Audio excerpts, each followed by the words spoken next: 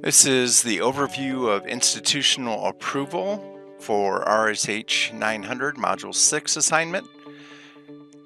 And my name is Tim Smith.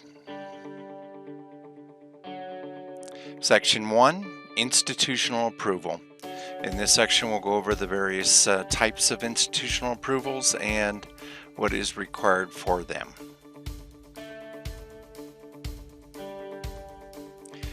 There is the IRB and the IACUC.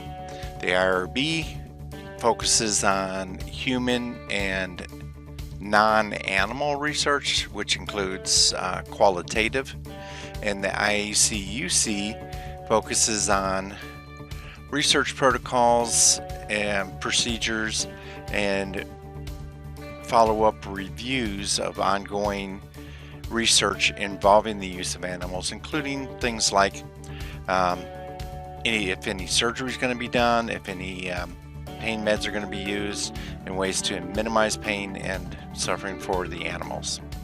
The IRB has 4 levels: NHSR, exempt, expedited, and the full board review.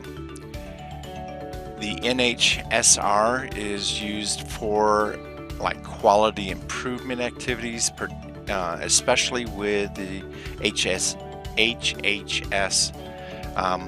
type projects. Exempt is there's minimal or less risk, and the review is conducted by this IRB staff. Expedited is the next level up, and then the full board review.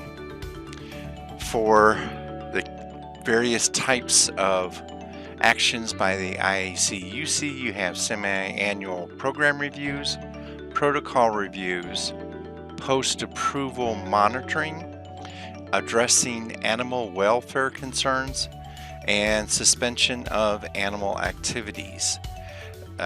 When a suspension is recommended, it goes before a full convened meeting of the quorum with a simple majority vote. If the suspension is approved, then it's reported to OLA. Benefits of pilot studies. You get a preliminary testing of your hypothesis. It can generate additional ideas. It can serve as a check for your analytical procedures. It can help you identify and then reduce any unanticipated problems. It can help you save time and money. If you do the pilot and you find that you don't have enough data to justify the full study, you can stop at that point, and it helps you with alternative measures. Data collection methods for both qualitative and quantitative include surveys, interviews, focus groups, observations, content analysis, and a variety of online collection methods, which includes forums and chat and related. There are also internal social media channels like Yammer and Basecamp that can be used for collection of data also. Section 2 for sample selection and consent. When we're looking at sample size considerations, if there's less than 100 in the population, it is recommended to include the entire population rather than trying to take a sampling from that small population. If it's over 100, then you use various sampling methods available. The larger your sample size, the better your chances are of identifying causes and effects and not missing any. There are statistical tables and calculators available based on inferential analysis. 2 primary selection methods are probability and non-probability, and then each of those has 4 types underneath them. So simple, random, systematic, stratified, and clustered under probability, and then convenience, quota, purposive, and snowball under non-probability. And the snowball I found really interesting in that you ask each participant to identify someone else, and that continues rolling on. A research instrument, it's used to collect, measure, and analyze data, and it has characteristics of being valid, reliable, utilizing a conceptual framework, gathers suitable data for the topic, it is able to test the hypothesis, is free of bias, and has clear and understandable instructions for the use of the instrument. Common collection methods for qualitative include nominal and ordinal, and for quantitative, discrete and continuous. So qualitative helps researchers get a better understanding of complex concepts. Quantitative is focused on numerical, and mixed uses a combination of the qualitative and quantitative and can use them in various approaches for sequential or combined or embedded.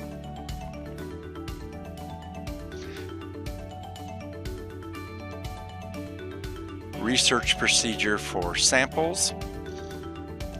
You have your population, the sample, and then generalized results from the analysis.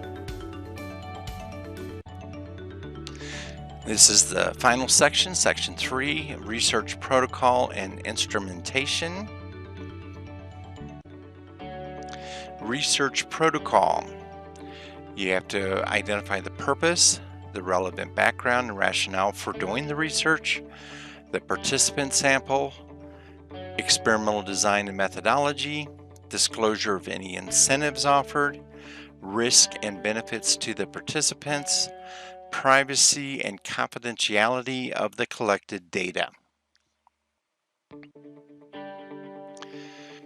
Now, the National Institute of Health and the National Science Foundation have added mandates for any research that they provide funding for. For the NIH, everyone associated with the research project must complete an education module for the protection of human participants and do the training for responsible conduct of research. For NSF, they have to have training in oversight for the responsible and ethical conduct of research for students in undergraduate and graduate and postdoctoral researchers. Now, instrumentation for quantitative, the two most common types are questionnaire and tests.